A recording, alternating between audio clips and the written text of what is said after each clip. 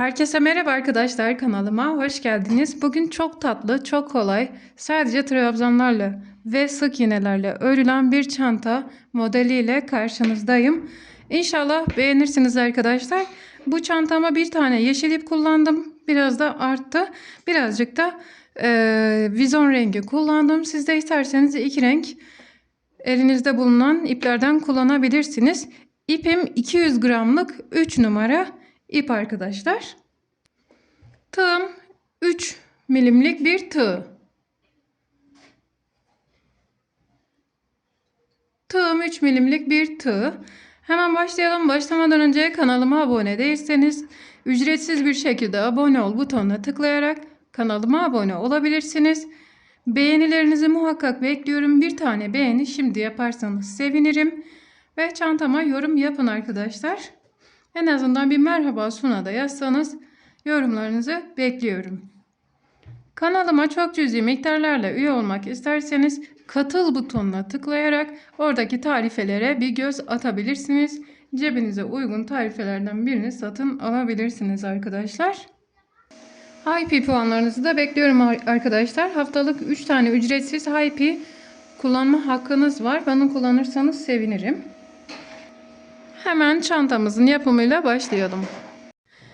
Evet arkadaşlar, çantamızın taban yapımıyla başlayalım. Şimdi ben çantayı baştan başlamayacağım. Başını çekmedim. O yüzden size küçük bir parça üzerinde çok net bir şekilde anlatacağım ve siz de yapacaksınız. Taban için toplamda 35 tane zincir çektim. Ben şimdi formaliteden zincir çekeceğim. Siz bunu 35 diye düşüneceksiniz. Tamam mı? Şimdi baştakini kilit zincir olarak çekiyorum. Ondan sonra 35 tane zincir çekiyorum. 1 2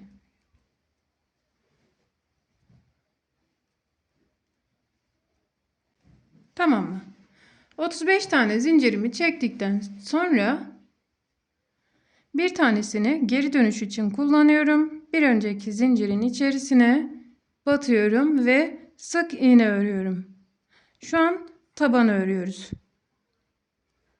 Sıradaki zincire batıp sık iğne örüyorum. Sık iğnenin ne olduğunu bilmeyen arkadaşlar için detaylı bir şekilde göstereyim. Bakın. Zincirin üst kanadına batıyorum. İlmek çıkarıyorum. Tığımda 2 tane ilmeğim var. Tekrar ilmek alıp ikisini birlikte örüyorum. Buna biz sık iğne diyoruz. Tamam mı?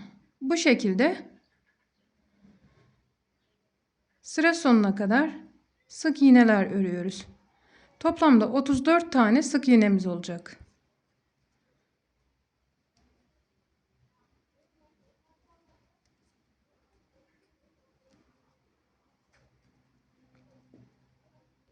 Evet arkadaşlar, sıramın sonundayım. Son sık iğnemi de ördüm. Şimdi bir tane zincir çekip işimi geriye doğru çeviriyorum ve ilk sık iğnenin içerisine şuraya arkadaşlar bakın şöyle şu noktaya batıyorum. Bu şekilde görünüyor. Tamam mı? Burada çektiğim zincir var. Burada da sık iğnem var. Sık iğnenin içerisine batıyorum. Şimdi sık iğnenin olduğu boşluğa batıyorum. İlmek çıkarıp tekrar sık iğne örüyorum. Sıradakine batıyorum. İlmek çıkarıp sık iğne örüyorum. Burada gördüğümüz her boşluğun içerisine birer tane sık iğne örüyoruz.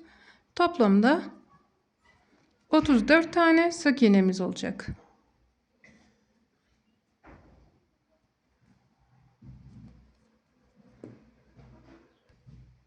Evet, neredeyse sıranın sonundayız.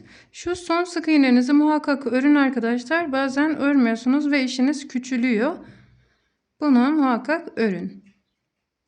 İşiniz küçüldüyse şu sonda muhakkak yanlış yapmışsınızdır. Bir tane zincir çekin ve işinizi geriye doğru çevirin. Tekrar ilk sık iğnenin içerisine batın.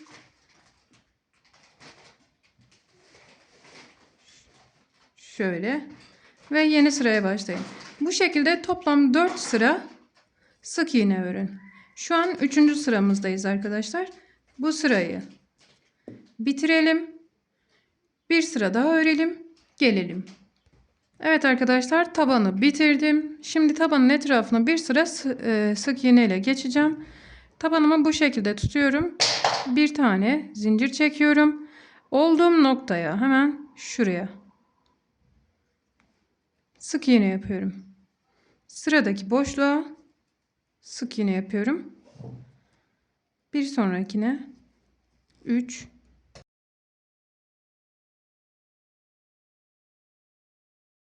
5 tane sık iğne yaptım. Şimdi arkadaşlar, burada geri dönüş için aynı noktaya bir tane daha sık iğne yapıyorum.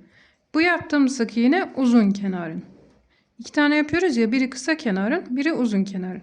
Şimdi sıradan tek tek sık iğnelerimizi devam ediyoruz.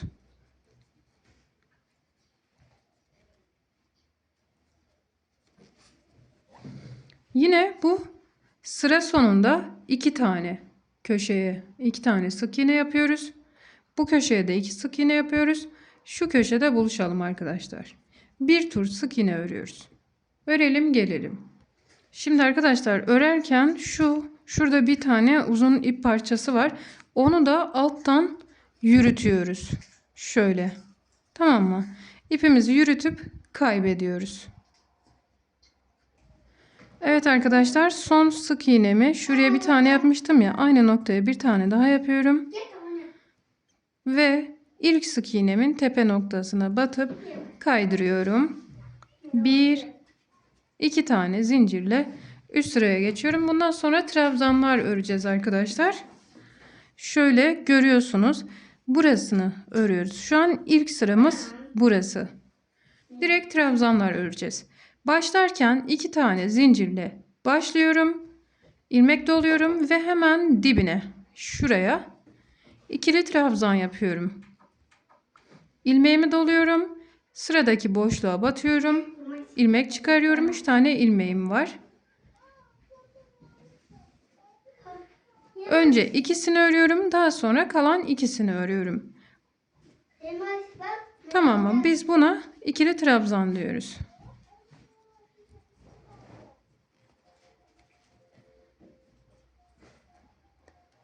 Şöyle köşeyi de dönüyoruz. Tek tek örüyoruz arkadaşlar. Burası biraz kasabilir. Kassın. Zaten yukarı doğru çıkması gerekiyor. Şöyle. Tamam mı?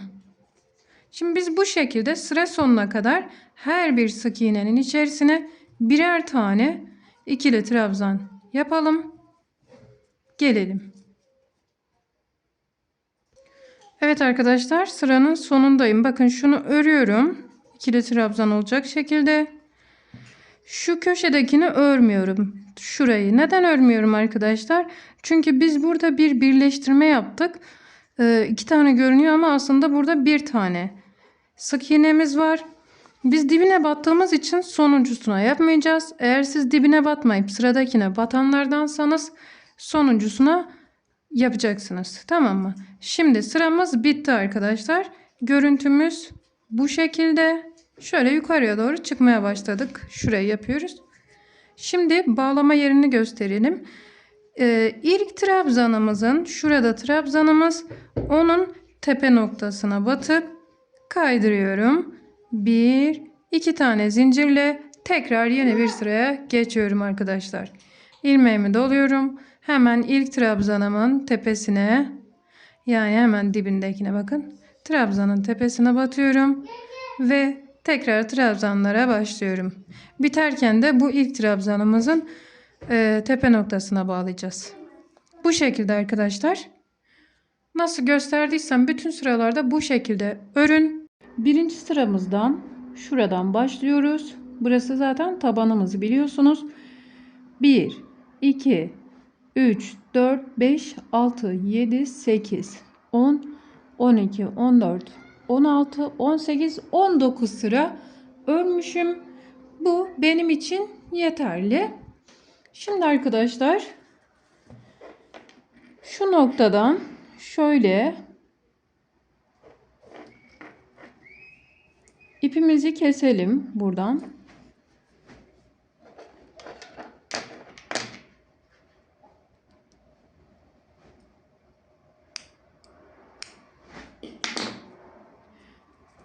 bir tane farklı bir renk ip kullanacağım. Hemen şu noktadan başlayacağım. Farklı bir ip kullanacağım arkadaşlar. Şöyle. Yani farklı renk bir ip kullanacağım. Aynı renk de yapabilirsiniz. İsteğe bağlı. Farklı renk sevenler, iki renk sevenler için iki renk de kullanabilirsiniz. Şimdi trabzanın tepe noktasına batıyorum. İlmek çıkarıp bir tane zincirle başlıyorum. Hemen olduğum noktaya batıyorum ve bir tane sık iğne yapıyorum. Tamam mı? Sıradaki trabzanın tepesine batıp sık iğne yapıyorum. Bir sonraki trabzanın tepesine batıyorum. Sık iğne yapıyorum. Bu şekilde sıra sonuna kadar her bir trabzanın tepe noktasına bir tane sık iğne yapıyorum. Sıra sonuna kadar örelim. Bu arada bunu alttan yürütüyoruz arkadaşlar. İpimizi kaybediyoruz.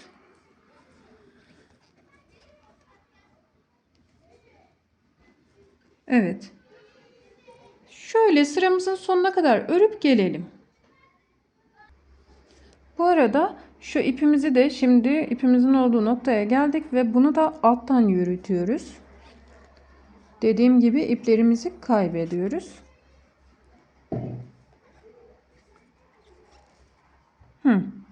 Şimdi sıramız bitti. İlk sık iğnenin tepesine şöyle batıyorum. Kaydırarak bağlayıp bir tane zincirle sabitliyorum. Olduğum noktaya tekrar, yani her sık iğnenin tepe noktasına birer tane sık iğne öreceğiz. Olduğumuz noktada da bir tane sık iğne var, görüyorsunuz. Onun tepesinden başlıyoruz.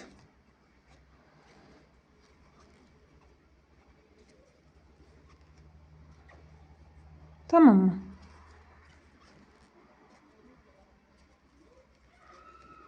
Şimdi bu sıramızı da örelim arkadaşlar. Tamam arkadaşlar, sadece 2 sıra yaptım. Bir tane zincirle kaydırarak sabitledim. Şimdi ipimi bu noktadan kesiyorum.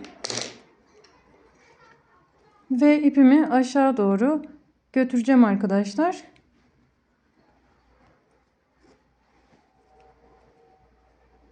Şöyle aşağıya götürelim. Kaybedelim. Şuradan yürütelim. Şimdi ben bunun ucunu birazcık yakacağım sökülmemesi için. Siz de yakın. Polyester ip sökülüyor biliyorsunuz. Şimdi arkadaşlar cep yapacağız. Cebi çok büyük yapmayacağız. Ön tarafına şöyle bir cep yapacağız. Yani çok büyük değil, çok küçük de değil. Orta boylu bir cep yapacağız. Telefonumuzu koymak için. Şimdi bunu arkadan alalım arkadaşlar. Yoksa görüntüyü bozuyor. Bu birincisini iyice sıkalım. Bu bizim kilit zincirimiz olsun. 1 2 3 4 5. Evet, 22 tane zincir çektim. Bir tane daha geri dönüş için zincir çekiyorum. 23 tane zincirim var. Birinciye değil, ikinciye batıyorum. İlmek çıkarıyorum ve sık iğne örüyorum.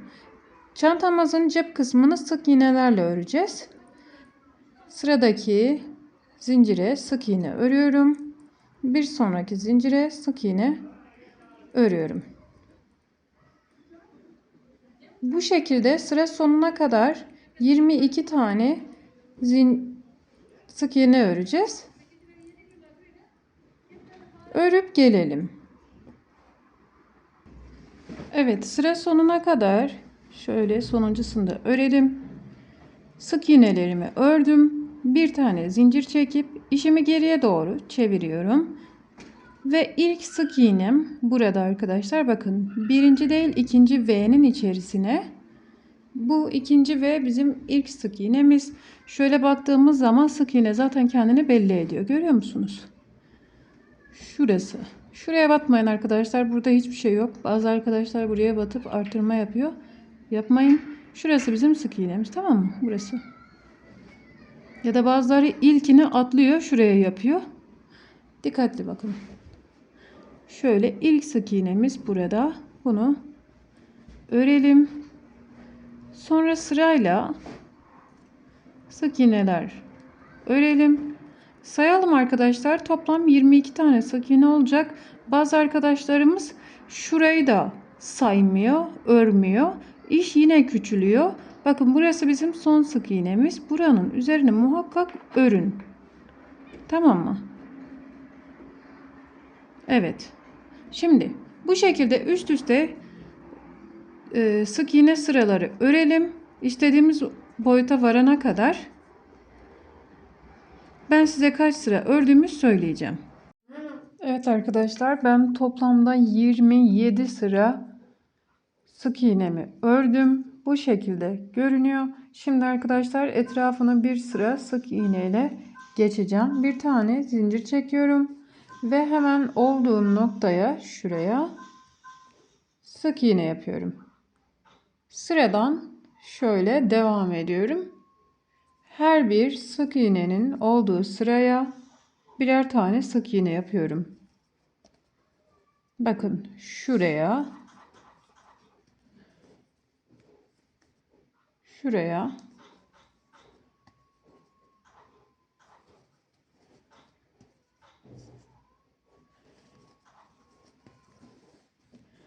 şimdi şöyle tek tek sıra sonuna kadar sık iğnelerimizi yapalım. Şu köşe kısımda dönüş için 2 tane yapalım arkadaşlar. Ondan sonra tek tek sık iğnelerimizi yapalım ve şu köşede yine 2 tane yapalım. Şurada buluşalım.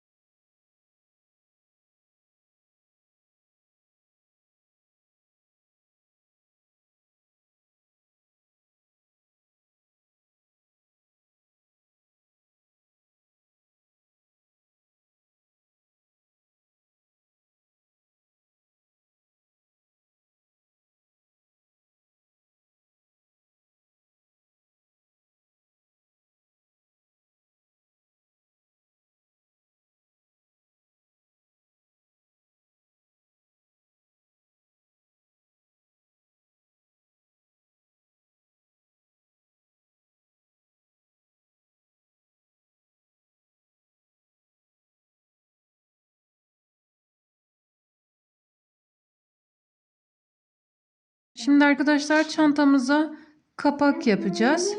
İnce bir kapak yapalım. Böyle çok kalın olmasın. Yakışacak bir şey yapalım. Kilit zincirimi çekiyorum. Ardından 1, 2, 3, 4, 5, 6 tane zincirimi çektim. Bir tanesini geri dönüş için kullanacağım. Bir önceki zincirin içerisine batıyorum. Buraya sık iğne yapıyorum. 1. Sıradaki zincire sık iğne yapıyorum. 2. Bir sonrakine 3, 4. Son olarak 5. Tamam mı? Bir tane zincir çekip işimi geriye doğru çeviriyorum. 1, 2, 3, 4, 5. Bir tane zincir çekiyorum. İşimi geriye doğru çeviriyorum. Tekrar 5 tane sık iğne yapıyorum.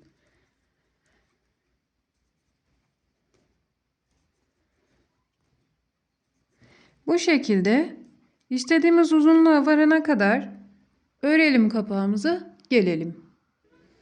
Evet arkadaşlar, 2, 4, 6, 8, 10, 12, 14, 16, 18, 20 sıralık bir kapak ördüm. Bu şekilde olacak. Şimdi bu kapağın etrafına bir sıra sık iğne örelim. Hemen şu noktaya bir tane batıyorum, tepe noktasına. Ardından tek tek sık iğneler yapıyorum.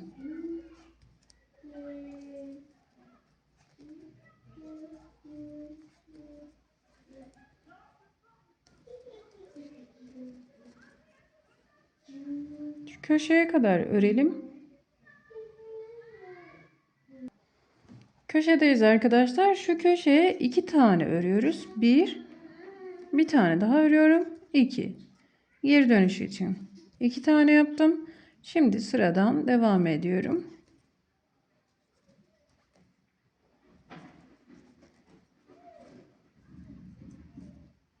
Köşede 2 tane örüyorum.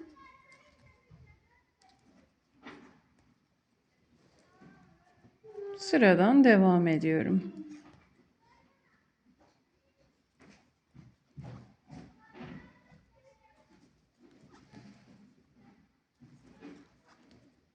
Tamam. Bu şekilde örelim arkadaşlar.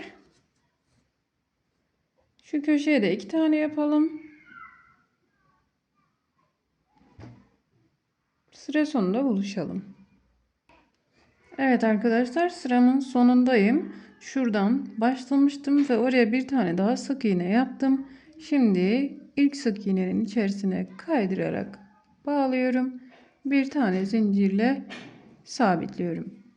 Şimdi buradan ipimi keseceğim.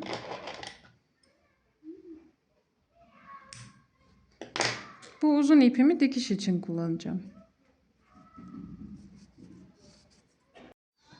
Şimdi arkadaşlar, manyetik düğmelerimiz var. Hem kapağa hem de cebe manyetik düğme takacağız. Ben cebine taktım arkadaşlar. Bu şekilde görünüyor. Tam ortalı bir şekilde taktım. Şuradan baktığım zaman 9 tane sık iğnem var. Buradan 9 tane sık iğnem var. Tam ortaya taktım. Şimdi bunun da tam orta kısmına takacağım.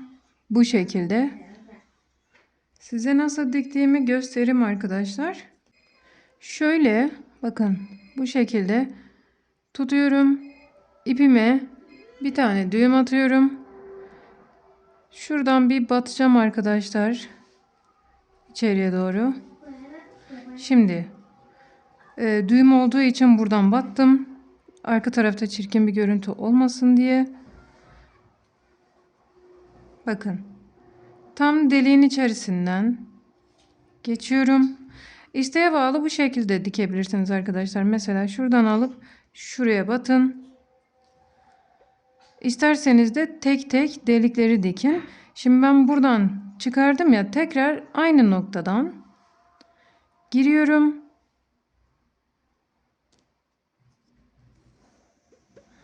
Diğer delikten çıkıyorum. Neden? Çünkü arkada çirkin bir görüntü olmasın diye. Bir sefer daha yapalım. Buradan girdim. Aşağıdakinden giriyorum. Tamam mı? Şimdi arkadaşlar, ipimi olduğu noktadan geçirip şu taraftan çıkaracağım. Şöyle. Bakın şöyle aldım. Deliğin içerisinden de geçirelim. Diğer tarafa atalım. Tekrar aynı noktadan batalım. Aşağıdan batalım. Tamam mı? Dediğim gibi arkadaşlar, isterseniz delikleri tek tek de dikebilirsiniz. Ve ipiniz aynı renk olursa iyi olur. Çirkin bir görüntü olmasın. Şimdi ben dikişimi bitirdim. Dikişim bu şekilde görünüyor. Tamam mı? Şimdi arkadan öne doğru atıyorum ve buraya düğüm atıyorum.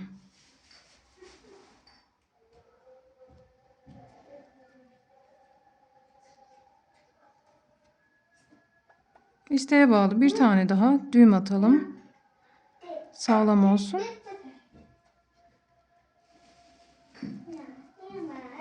Şimdi ipimizi dibinden keselim. Bakın arkadaşlar. Bunu şuraya takalım. Ve tam hizalı bir şekilde arkaya bunu dikelim. Yani dümdüz olması gerekiyor. Tamam mı? Şöyle. Şimdi benim iğnem vardı. Şöyle büyük. Dikişlerim için bunu kullanıyorum.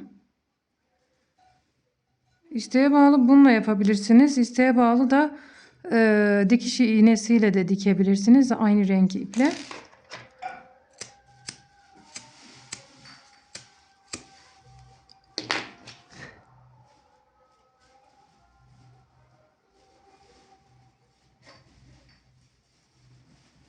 Şimdi arkadaşlar şöyle bir tutalım. Tam eşit bir şekilde olsun. Şuradan itibaren sayalım. 2, 4, 6, 8, 10, 12, 14, 16. 2, 4, 6, 8, 10, 12, 14, 16. Şuraya tam şuradan içine batalım. Birazcık yukarı doğru isterseniz şu hizadan olsun. Heh. Şöyle bunu açalım ve dikişimizi yapalım. Şöyle diğer taraftan çıkaralım.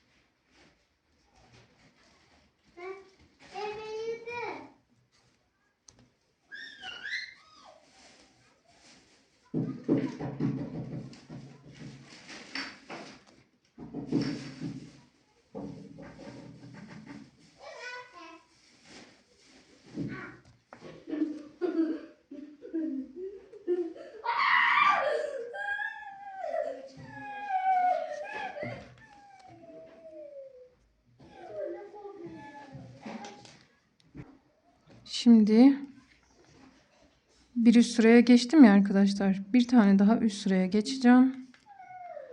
Şu sınıra getireceğim. Şöyle. Buradan itibaren de birkaç dikiş atacağım. Sağlam bir dikiş yapalım.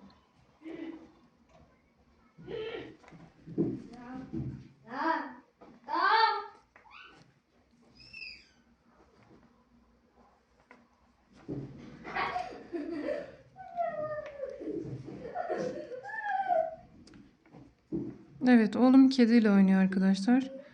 Birazcık gürültü yapıyor olabilir.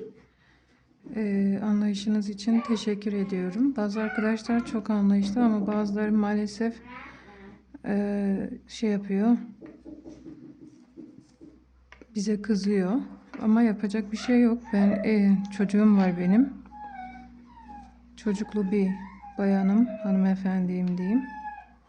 O yüzden idare ettiğiniz için teşekkür ederim. Şimdi burayı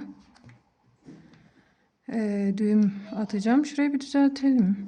Burası biraz çirkin bir görüntü oldu. Birazcık elimizde düzeltelim arkadaşlar. Şuraya bir düğüm atalım. Şöyle.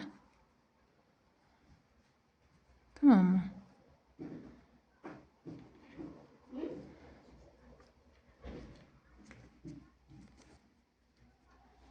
Düğümü iç tarafa alalım ki çirkin bir görüntü olmasın. Şimdi buradan ipimizi keselim ve yakalım. Şöyle.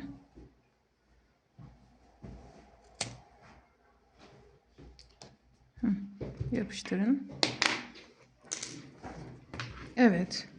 Kapak kısmımız bu şekilde oldu. Şimdi arkadaşlar sap öreceğiz çantamıza. Ben şöyle bir tane sap ördüm. Bir tane daha öreceğiz aynısından. Sapımızı bu şekilde takacağız.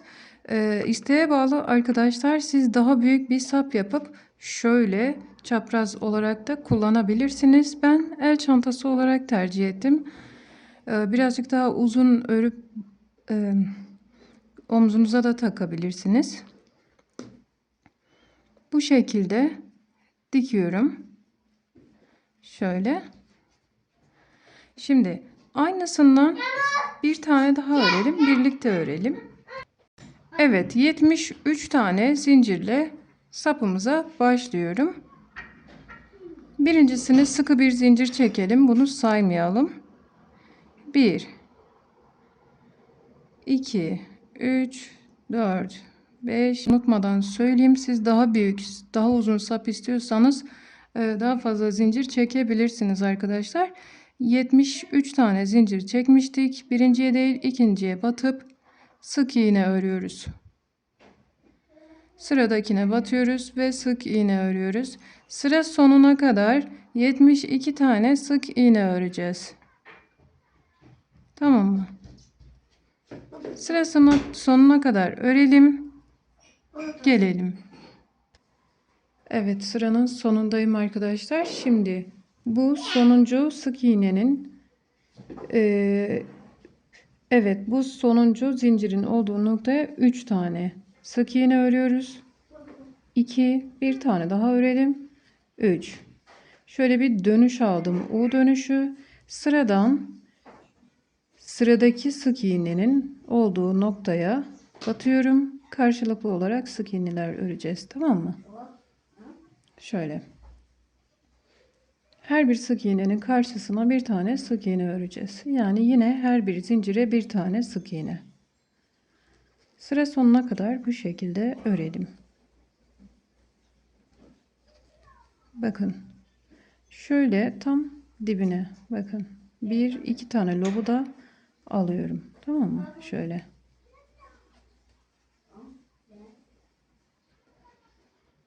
Örelim. Gelelim. Evet. Sonuncu sık iğnenin olduğu noktadayım. Oraya 3 tane yapacağım. Bir tanesini zaten başta yapmıştım. 2, bir tane daha yapacağım. 3. Şimdi ilk sık iğnenin içerisine kaydırarak bağlıyorum. Bir tane zincirle sabitliyorum. Şimdi ipimi arkadan şuraya, arkadaşlar, tığımı şuraya batırıyorum ve bu ipimi ön tarafa alıyorum. Şöyle. Tamam mı? Sıradaki boşluğa batıyorum ve bu ipi buradan alıp çıkarıyorum. Yani kaydırma yapacağım. Şu an bir kaydırma yaptım. Tamam mı?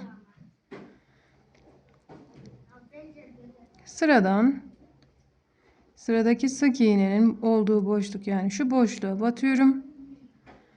Kaydırma yapıyorum. Sıradaki boşluğa batıyorum. İpimi alıp çıkarıyorum. Şöyle ilmekten de geçiriyorum. Kaydırma yapıyorum. Bakın. Saç örgüsü şekli yapıyorum. Tamam mı? Şöyle. Şöyle.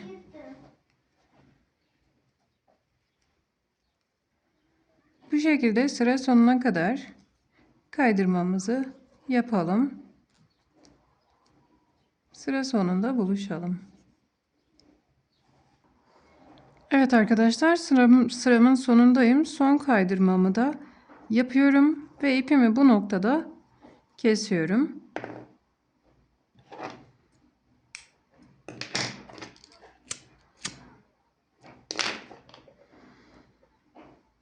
Şimdi bu ipimizi şöyle çıkaralım. Arkadan batalım ve bu ipimizi arkaya atalım. Şimdi sapımızı çantamıza dikelim.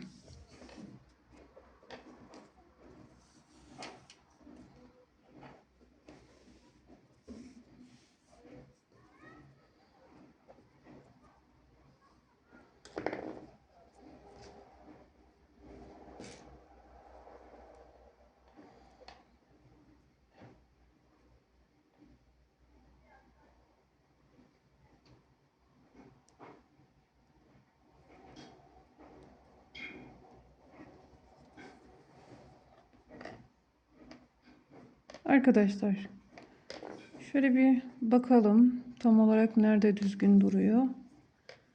Neresi daha hoş duruyorsa oraya dikelim. Bakın. Şöyle cebin hizasını alalım. Tamam mı?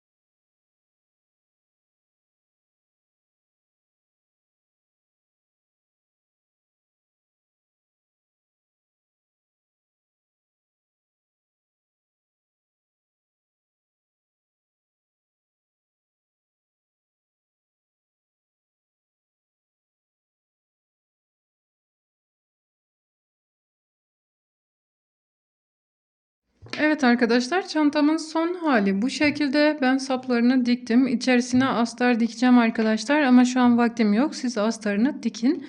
Astar dikimini daha önceki videolarımda göstermiştim. Şöyle çantanın altına astarınızı koyun. Şöyle çantanın hizasında kesin arkadaşlar. Dikiş payına bırakın. Daha sonra dikin.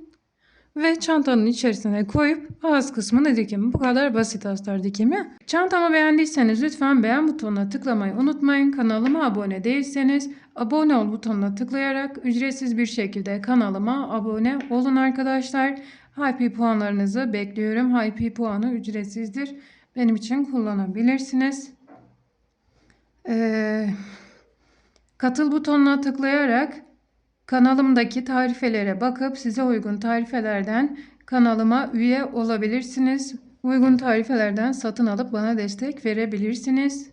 Yorumlarınızı muhakkak bekliyorum arkadaşlar. Hoşça kalın, sağlıkla kalın, Allah'a emanet olun.